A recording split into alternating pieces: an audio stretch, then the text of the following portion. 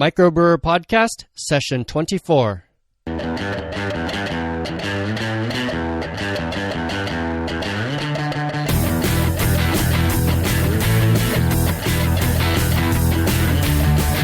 Welcome to MicroBrewr Podcast, going deep to get inside the craft beer industry and inside the heads of people who work there. Here's your host, Nathan Pierce. Welcome to MicroBrewr Podcast. We talk about everything craft beer related with a focus for people looking at starting their own microbreweries or wanting to take their existing breweries to the next level. I'm your host, Nathan Pierce. Thanks for joining me again, everybody. We have show notes for all the episodes at microbrewer.com. So check out the website for show notes, links to all the resources we talk about in this podcast and other content too. The show notes for this episode are at microbrewer.com/session24. And speaking of other content, I put together that book list that I've been talking about for the past couple episodes. If you go to the website, across the top, you can click on book list, and that'll take you to the book recommendations page. On every podcast, I make it a point to ask the same question to every guest if they could recommend a book to help us starting a successful brewery. So on that page, I've listed all the books mentioned by the guests, and in parentheses, it shows the number of times each book was recommended. You know, reading is so important. Knowledge is key to opening up a successful brewery. And I have more than a few of those books on that list, and there's a couple more I want to get too. So I highly recommend you check it out. Those links, a lot of them point to Amazon. A lot of those links are affiliate links, meaning that I will get a commission from that. Some people have bought books. I've already made $4 off this website. Thank you very much, people who purchased books. And if you want an easy way to go to that book recommendation page, you could just go to microbrewer.com/booklist. That's microbrewer.com/BOOKLIST. Actually, I've already updated that page for the recommended book in this episode, where our guest recommends cellarmanship. He's really into cask ales, which I'll talk more about in a minute. So that book is already up on the list. And please subscribe in iTunes or Stitcher if you like the show. Then you'll get every episode sent straight to you. You won't miss any episodes. And while you're in iTunes, please leave a review. Peter Stillmank left a review on August 20th, 2014. He says, I have listened to all 23 of the podcasts. We brewed our first batch of beer on August 10th. This has been very timely and informative to listen to as we put the 30-barrel brewery into production over the past 4.5 months. So congratulations, Peter, on opening up your brewery. That's super awesome. I feel really good to know that this podcast has been helpful and informative to you. And Derek Hamrick on August 22nd, 2014 left a review in iTunes that says, great format of questions. Nice to hear different breweries give answers for the specific questions asked on every episode. So thanks, you too. And everybody else, please leave a review in iTunes. It really helps me with feedback. I'm doing this show for you guys, so I want to know what's working and what's not. And honestly, it also helps with searches too for people looking for this podcast or podcasts like it in iTunes. If you want a link to find MicroBrewr Podcast in iTunes, you can go to microbrewer.com/iTunes.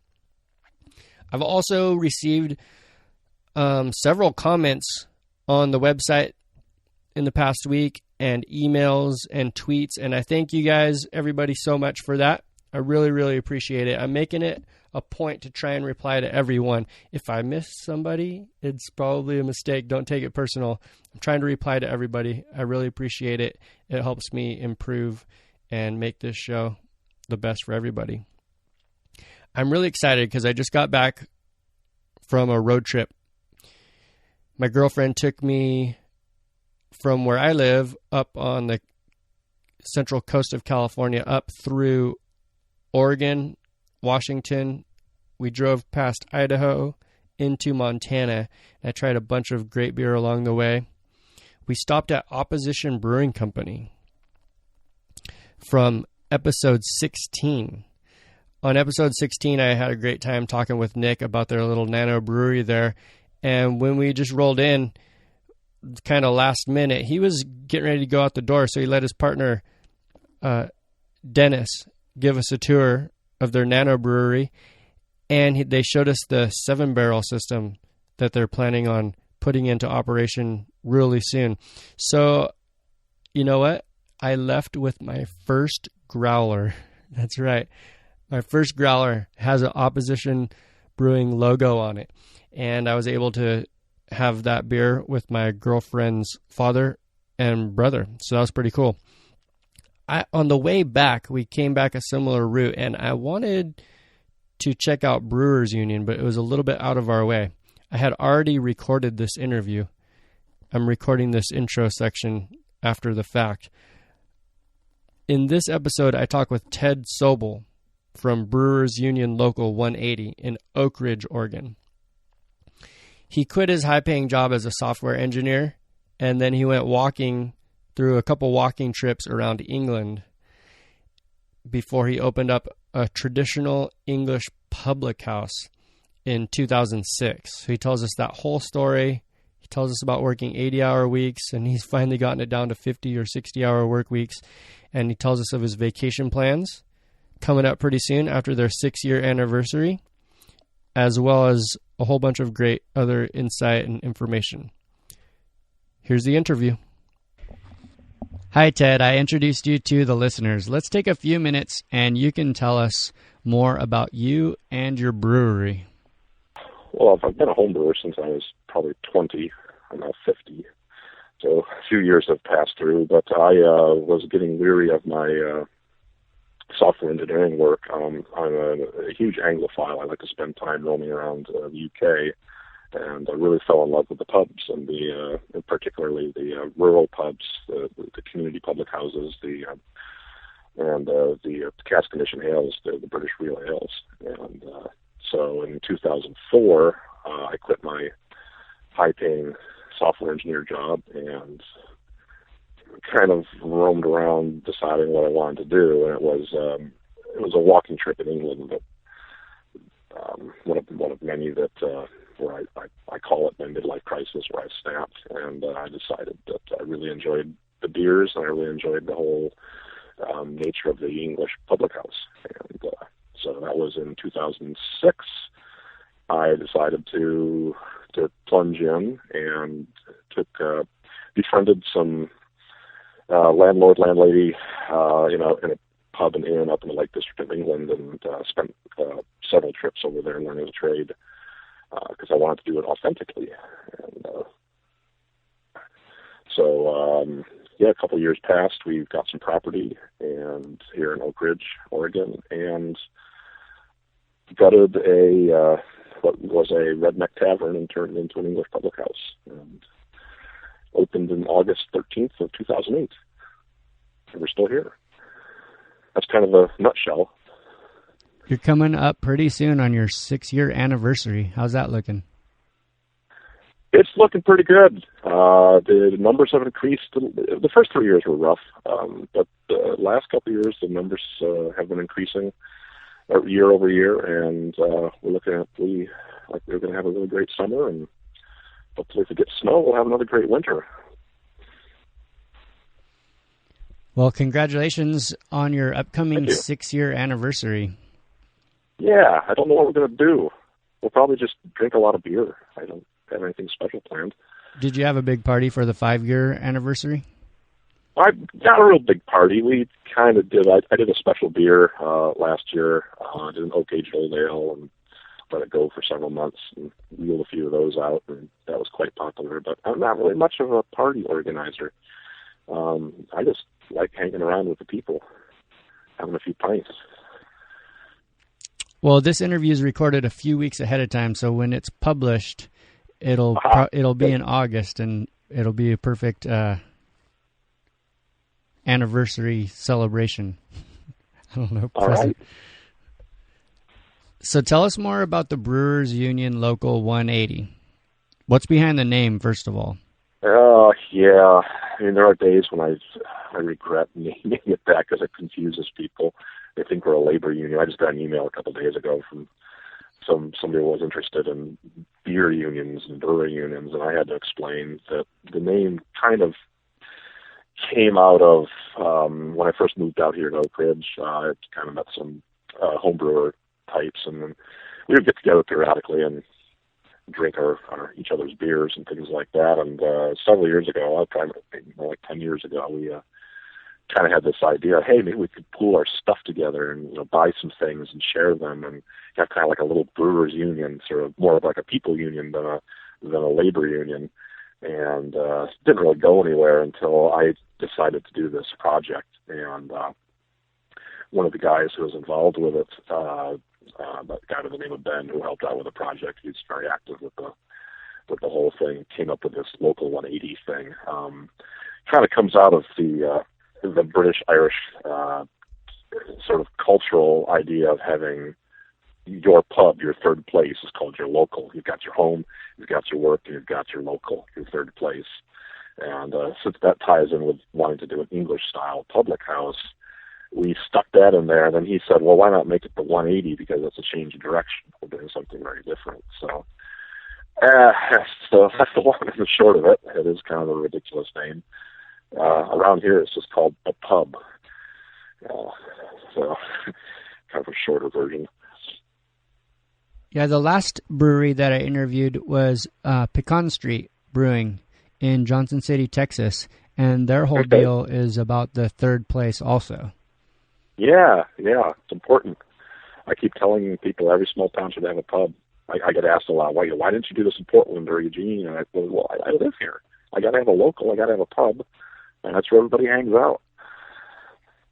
So tell us about your town, speaking of where you live. Tell us about the setting a little bit.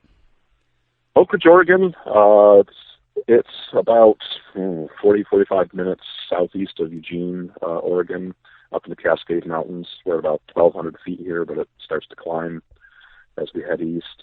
It's sort of unique. Oak Ridge and there's a little neighboring city called West Fur are the only cities in Oregon completely surrounded by national forest. And it is it's a former logging town. I was logging for about 30-something years up here. The two mills shut down back in the late 80s. Before that, it was railroad. It was tourism. It's been a lot of things. And the city's trying to reinvent itself as a recreational destination, particularly a mountain biking destination, and has rebranded itself as the mountain biking capital of the Northwest. And I wouldn't have opened the pub if it weren't for the mountain biking. We get so many people coming through here. And it's just growing. There's hundreds of miles of single track. And it's just a gorgeous setting. If you want to go fishing or hiking or you can name it, or ride your bike down a single track trail, this is the place for it. Eugene is a fairly sizable city, right? Isn't there 2 universities there? Eugene has the University of Oregon. Yeah, that's down on the I-5 corridor down the southern Willamette Valley down there. That's about 40 miles away or so? Yeah, about 40 miles. And I think Eugene and Salem vie for being the second largest cities. I'm not sure which one's quite, of course, Portland's the largest, but Eugene might be second, although I think Salem's creeping up on it. So do you get a lot of people... Sorry, go ahead. I would say we're about 3 hours from Portland and roughly an hour from Eugene. Do you get a lot of people coming out from Eugene to check you guys out? Oh, yeah, all the time. We have a lot of regulars from down the valley who come out here. Got several of them today. They just love coming up, and they'll go playing out in the woods or camping. In the winter, we have the Willamette Pass ski resort up the hill, so we have a lot of the skiers from the valley will go up on the slopes, and then after they shut down, they all pile into the pub. And we'll be slammed between 4 and 8 o'clock on a weekend if we have good snow. So, yeah, we got a lot of regulars from the valley. Travel Lane County, the travel organization, just recently did a nail trail for Eugene, and it includes us as like a bonus stop. And we're getting a lot of people coming up for that, which has been great for us. Tell me more about this English theme. You even use the imperial measuring system at the brewery. It was kind of confusing for me being raised in California. Yes, we use. I learned the imperial measure when I was learning the brewing trade and the pub trade over in England, and I sort of adopted it. I can readily translate back to American to U.S. measure. But yes, we have a 2 imperial barrel brewery, which is roughly 3 U.S. barrels. It just depends on how much hops go into the beer. Now, I brew a lot of beer that's low hops, milds and bitters, where we can actually squeeze out 9 firkins instead of 8, which is just over 3 U.S. barrels. We just racked one today. We just racked an ordinary bitter. So yeah, roughly 3 U.S. There's a lot of numbers I can go back and forth on. I mean, a firkin is a quarter of a British barrel, and we brew 8 or 9 of those at a time, depending on the hop rate. And we serve our beer in 20-ounce. Actually, it's a 23-ounce glass that has a 20-ounce line and a 10-ounce line on it. So you get liquid to the line. I think that's very important that you get your measuring. It's not to the brim. If you went to the brim, it would be 23 ounces, but you have room for the head above the 20-ounce line. And that's the proper pint. That's the way the British beers are consumed, often, mostly because they're lower alcohol. We just polished off a cask of mild that's at 3.7%. You can knock back 3 or 4 of those easy. Well, I can. I practice. You practice? Nice. I do. Daily. Yeah. You got to train for that stuff. You do. Yeah, it's nice to have your own brewery. Yeah, very, very important. But I was checking out the beers on your website, and it looks like you have a fair amount of beers that are high-ish alcohol content. Your stout's 8%, and you have some in the 6s and 5s. Yeah, we did quite a range of beers. So if you're looking at the beer list, the beer list on brewersunion.com, I probably haven't updated that in a year. The beers change all the time, and I just can't. I'm the web guy too, so I just got tired of doing that. So it's probably a very, very stale list. But yes, indeed, we'll have anywhere from sessionable 3-4% beers up to I don't brew things that strong, but our guest taps, we have 6 CO2 taps with guest beers, and I think we have a barley wine on now that's 10 something. I'm trying to remember. So I like to have a full range of choices. Your handfuls and 6 guest beers. Oh, you have guest beers also. Yeah. We don't serve just real ale. We only brew real ale, but not everybody likes the stuff. We sell piles of it, way more than our guest beers. But we do have 6 CO2 taps. One's always a cider. It's got to have an IPA and a stout and something pale and fizzy, and that sort of thing. So they rotate constantly as well. So if you want to get a pint of West Coast IPA or a cider wheat, that's there. And you're in the American Northwest. Do you make some Northwest IPAs, or are you sticking mostly to the English styles? I do make IPAs, but I design them for cask. A kegged IPA, you got to serve those things cold. If you let one of those get up to cellar temperature and try to drink them, they're rubbish. But for designing an IPA for a cask that you want to have some West Coast qualities like grapefruit pine, that sort of thing, you got to really back off on the hops and make them more balanced. Otherwise, they'll just hit you too hard with the resins. So right now I have, as of this moment, I have kind of West Coasty IPA, but it's not over the top in any way. And I just brewed an English IPA, which we're sort of rotating back and forth. It's all British hops. It's the kind of beer that people will say, that's not hoppy, because they're expecting grapefruit. Well, it's not. It's more herbal. It's more like tea, that sort of thing. So we do those as well, but I sell quite a bit of bitter and mild and ESB, and I have a 3.7% dry Irish stout right now, very sessionable. Got to have the variety. You mentioned British hops, and Oregon's known for just phenomenal hop production. Are they shipped in from Britain, or do they grow that style there in Oregon? Well, you can get variants of the hops. For instance, I really like East Kent Goldings, which comes from England. But you can, you can get UK Goldings, and they're similar. In fact, I think it would take an extraordinarily superior palate to be able to detect the difference between the two. But we have a couple warehouses up here where we can get hops from all over the world. And so I use quite a bit of these kind of Goldings. The Fuggles, Styrian Goldings, which is a Fuggles from Czechoslovakia. I use Northern Brewer, Challenger, UK Challenger. A lot of those hops are just really, really nice in a pint of cask beer. But I can get Cascade, Centennial, Chinook. Some of the more designer hops I can't get because I'm such a small brewery. I can't really contract for that sort of thing. Like Amarillo or Simcoe, forget it. Can't get it. Which is fine. Well, thanks for broadening the picture. Now I want to focus it down a little bit. But first, let's frame the discussion for us.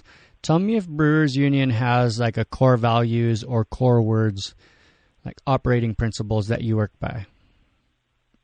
I know that this is more of a brewery podcast, but my main focus is to model the traditional English public house, in which we don't have wait staff, we don't have TVs. It's a social setting. But to me, the best public houses in the UK either some really, really good real ale, or they have a little brewery in the back.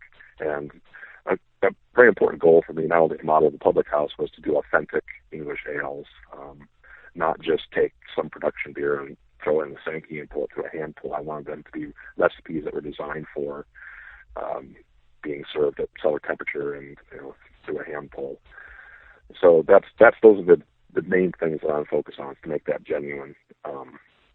And it seems to be working, believe it or not. Okay, now I like to go real deep, real fast. I hope you're okay with that, Ted. I can try. Yes. Tell us the biggest mistake you've ever made as a brewery owner. The biggest mistake I've ever made as a brewery owner, working too hard. I think that's the biggest mistake I've made as a brewery owner. But, of course, your first few years, you kind of have to. And I've been warning everybody who comes in as an intern that you can get health problems doing that. And if I were to do this again, I'd have a little bit more money and I'd have a little bit more help. I did not like doing those 80 hours a week for almost 4 years. I would say that's the biggest mistake. Have a little bit extra cash and hire a few more people in to help out. Great perspective. Thanks for the wise advice on that. That's important. I am getting down to 50, 60 hours a week now. That's manageable. I'm really, really toying with the idea of taking a vacation this year. It's been 2 years since I've had one, and you got to do it. Awesome. Where are you? Tell me. Is it going to be a staycation, or are you going to travel somewhere? I am very likely heading for Cumbria and the Yorkshire Dales in northern England for a couple of weeks. Kind of what I'm planning on. I haven't been back to England since, it's been almost 2 years, and I need to go back. I want to go every year. That was the goal. The last year I just worked straight through the whole year, and that kind of wore me out. So I'm going to get out of here September, I think. I hope. What's the weather like there during September? Oh, it's spectacular. I really like September. I like May too. Well, I like it all year round. I've been there in November, and I don't mind that too, because you have to spend time sitting around a coal fire in a pub talking to people and drinking beer. And I'm fine with that. I could do that for 2 weeks. Sounds horrible. Spectacular too. Yeah, it's dreadful. But September's great because I like to walk, and you can just spend the whole day out walking on the footpaths and connecting the dots between the pubs, that sort of thing. Looking forward to it. Well, you already answered our next question, which is, what would you do if you could start over again? So now tell us, what's the best idea you ever had for your business? I think the best idea is one of the things I was told not to do, which is to brew only cask conditioned ales. And when we were planning this project, I was telling people about what I was thinking of doing, and there was a lot of, no, you can't do this, you can't do that, you shouldn't do that. And when I told them I wanted to do only cask conditioned ales, and I wanted to have 6 hand pulls, somebody said, no, just have one, brew what everybody else is brewing. And I said, I'm going to have 6. And I'm going to brew traditional beers, and I think we've become a destination for that.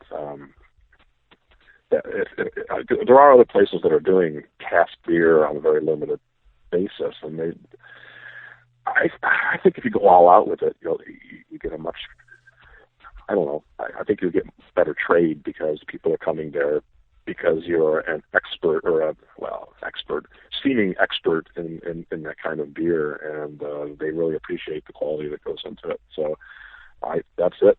Six samples, cask only. Has there been a moment when you realized that you finally succeeded? I think we have. I think last year I started to see, with the way the trade was increasing, I started to see that it looked like we were going to make it. I think I could answer that better come the end of September when we got through the peak summer season and I looked to see if there's any money in my account. Last year we were shooting for that, but we ended up spending $30,000 in repairs to various things.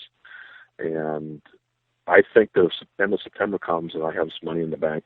That will be the point. That we'll go into a winter during slow season with some cash.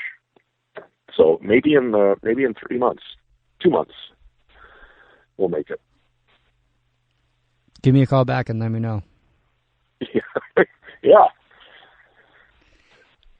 Well, you mentioned that you're having trouble keeping up on the website. I saw that you do normally have a lot of events there. Has there been a favorite event that you put on at the brewery, or what's your favorite memory since opening the brewery? Well, it's going to be a tricky one. I'm not really much in the superlatives because there's so many, there have been stressful things and hard things, but there have been so many good things. And I think that every time we have a nice, semi-heaving evening there where there's people all over the place, we've got some live music going on, there's kids running around, and I get to break away from what I'm doing. And the staff at the bar says you don't have to be behind the bar anymore. We got it under control. I can get a pint and I can sit in the back and just watch everything.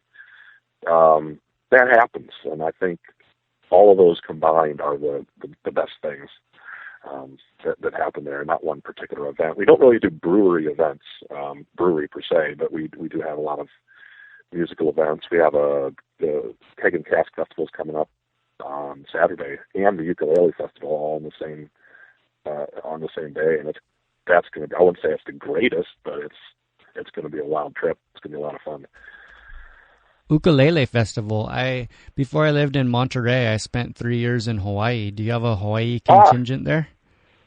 Yeah, we've had world-class ukulele players come through. I can't remember. I had James Clem last year, Brooke Adams, but we had some guy from Hawaii last year. I cannot remember his name, but he was outstanding. Here's this guy who's played around the world, and here he is in my pub, playing the ukulele and drinking my beer, and I love that. Were you behind the bar that night, or could you get out from behind the bar and enjoy the music? That night, yeah. Last 2 years, I've had to periodically step behind the bar and settle things. I think this weekend we're going to have enough people that I'm only going to have to do a few hours back there, and hopefully could spend the evening just carousing. Nice. I would love to. Might be able to work this out. It's a few days away. We have really good staff this summer. Staffed up a little bit from last year, and I'm hoping just to sit out there and listen. You deserve it. I do. You're right. So what could you tell an aspiring home brewer who wants to start a brewery? What's the most important thing that they can start doing tomorrow? The thing they can start doing tomorrow is to line up the cash. Figure out what it's really going to cost. When I was a software engineer, we always try to do estimates for things or for a project. The boss would come and say, how long is it going to take to do whatever? And we would figure it out, and then we would, our little rule was to double that and then add 6 months. And I think that's the same kind of thing with doing something like an establishment, whether it's a beer bar or a pub or a brewery, is make sure you got the money. Because, those first couple of years were really tough, and the stress will take it out of you, especially when we opened right before the so-called economic downturn. I think that's the euphemism they're using.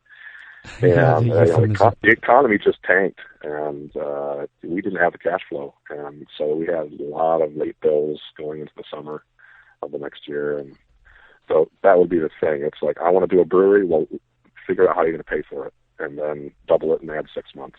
Well, or double the amount and add $200,000 or whatever. Start looking for money. Start spreading the word, huh? Yeah. Start looking for money, and then second thing is what I mentioned earlier about people. Make sure you have help.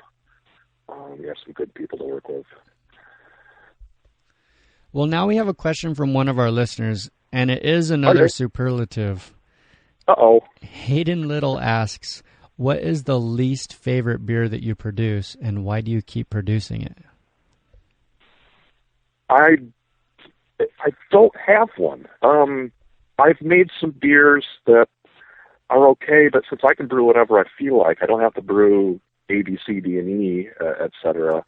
I have a huge rotating selection of recipes that we just bring in and out. I don't think I've ever made anything that I didn't like, but typically a lot of them, the recipes that I sort of just design off the top of my head, or sometimes we got leftover stuff we want to use and we build a beer around them. Usually it's the third batch that's better. You tweak it the second one and it's not quite right, and then you tweak it again, and the third one comes out okay. But I've never had anything I would say I really disliked, which is good, because we want to sell this stuff. Well, hey, I've always wondered, I've heard about breweries actually throwing away an entire batch because it wasn't good enough. And I've also heard that you definitely got to work with your recipes a while before you get it down right. So what do you typically do with those first 2 batches? We drink them. We've never had anything that didn't sell. Okay. It's just I wasn't quite happy with it. And there's so many different palates around, something that I don't really think is that good. I mean, it's not bad, but it's not wow. They come in there and they buy them. They drink them. I've never had to toss one away. That would hurt us a lot. Our brewery is so small to lose a whole batch of beer. I had one batch where it soured a little bit, and I had to throw out the last 2 firkins, but stuff got infected in the cask. But we check our beers every day. It's real ale. You got to pull it through the pumps and see if anything's going sour. And I did have that happen once, some infection. But that was it. So typically you get to put them onto the tap and use the customer critiques to improve the next batch, I guess. Yeah. Well, customer, staff, myself. Some people have comments on them. They say, but generally speaking, the customer just enjoys drinking them, and don't get a whole lot of that unless we get some brewers come up who want to talk about the beer, and they'll say, yeah, this is a little bit this or a little bit that. But nothing's really been off, as they say in England. It just could be better. It could be a little bit better. I laugh because it reminds me of Monty Python's. My dad used to watch that on TV all the time, the TV shows. Too. And he had the hard-boiled egg one time. He said, this egg is off, and put his hat over the top of it. Yeah. Yep. Well, all right, now it's time for happy hour. The next set of questions are a little bit lighter. We're going to get to know each other a little better, have some fun, and get inside the industry. Are you ready, Ted? I hope so. Go for it. Cans or bottles? Well, or to drink out of, because we don't can or bottle anything. It's all cask. I prefer bottles. I don't know. I just like glass. Everything we have at like all our soft drinks and everything else we have at the pub are all in bottles. Something I like about glass. Cans, I don't know. Cans remind me of cheap tin beer for some reason. Although a lot of breweries are booming these days. A lot of the ones out here are canning things. They're definitely becoming more and more popular. Yeah. This next question is a superlative too, but I'll tweak it a little bit. What is a challenging beer that you make? The most challenging beers are the low-gravity beers. Try to make something under 4% that has a lot of flavor and is very drinkable. It was tricky.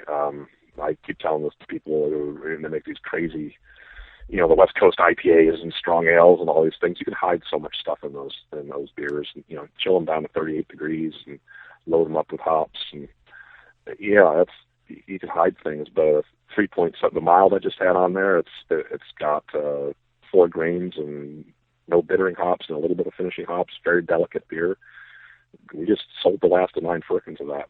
They're tricky to make. I've made some milds that I've not been completely happy with. This one was good though. This one was really good. If you're going to make a 5-gallon batch at home this weekend, what would you make? Oh, I'd probably make a best bitter. Somewhere around 4.5%. Coppery. A little bit of English hops. Used to make a lot of those. Tell me one beer style that you think will be gaining more attention. By style, I'm going to say that I'm getting a lot more interest in the British beers that we're doing, the cask beers. Not that that's a style. It is a style, but it's a method of dispense and service.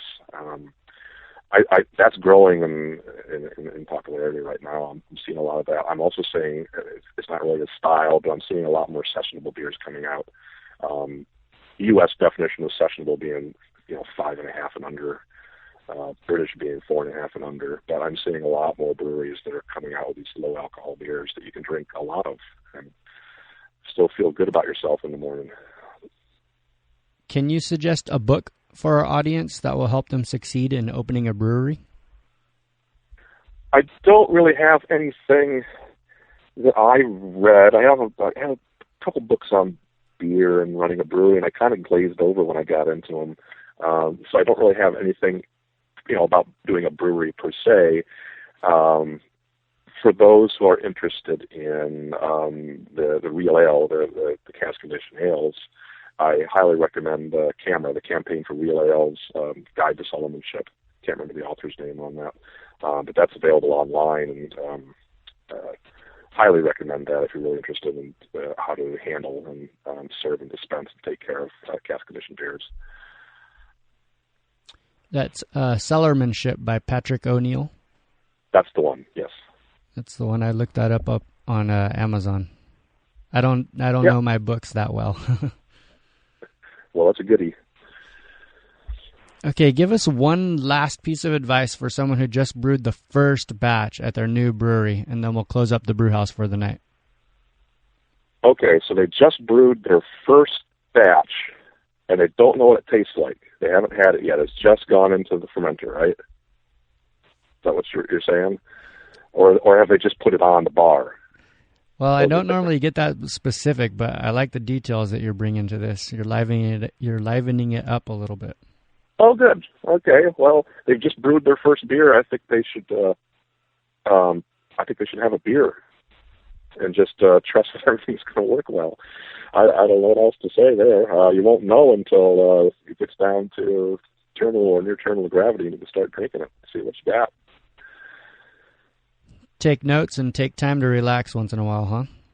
Yeah, take notes, take time, relax, and drink your beer up. Don't leave any in the bottom of the glass. I hate seeing that. Cheers. Yeah. Well, it's been thirsty here. Getting thirsty talking about the beer. Yes, I am. Yeah. Well, thanks for taking the time, Ted. It's been great talking with you. Thanks for sharing your tips. And yeah, thank you. Tell us how we can stay in touch with you, and then we'll set this episode aside to ferment. I'm around. Come visit the pub. People have questions on email or want to come see the brewery. We're always open. We're a tiny little thing. We don't have all this fancy hierarchies and staffing and things like that. We're all kind of on the level playing field. So anybody who comes in and wants to see the brewery or see what we're doing, and I'm around, I'll be happy to show it. And I do eventually get to answer my emails. So if anybody has particular questions about what we're doing, I'll get to that in time. We do get a lot, that's for sure. But we're always open about it. We want to see more pubs. Thanks again, Ted Sobel, for being on MicroBrewr Podcast. Thank you for taking the time on a late Sunday evening and driving to find the best reception for the interview under the cell tower. it was pretty neat hearing what a public house really is. I've heard so much about it, but I've never really had the opportunity to talk with somebody who operates a public house and to learn more about cask condition ales. We have a couple of places here in Monterey, a couple local small breweries, English Ales in Marina and Peter B's Brew Pub in Monterey, that do English style ales, and both of them have beer on cask as well. So after this interview, I was just wondering more about that, and I posted a link in the show notes. It's What Is Cask Ale? It's from Cask! In Toronto. So that explains it really well if you're interested. And if you're out there wondering about doing more cask beer, check out that book that Ted recommends, Cellarmanship by Patrick O'Neill. There's a link to that also in the show notes. That cask article says cask beer is naturally conditioned as a byproduct of the secondary fermentation that takes place inside the cask. It is then served directly without the use of extraneous carbon dioxide or chemical treatments of any sort. What you are tasting is a live product, full of flavor and character, beer in its natural state. So, sounds like it's a lot of details to get right between brewing, storing, aging in secondary fermentation, and finally serving. So check out that book if you're interested. All of the show notes for this episode are at microbrewr.com/session24. And thank you everyone for listening. I'm having a ton of fun with this podcast and I'm learning so much. I'm doing it for you too, so please leave a review in iTunes and let me know how I'm doing. I'll try to read your review on the podcast. So if you want a link to find it in iTunes, go to microbrewr.com/iTunes. Thanks again for listening, and until next time, support your local brewery, and we will see you next week. Thanks for listening to MicroBrewr Podcast with Nathan Pierce. We'll see you right here next time at microbrewr.com.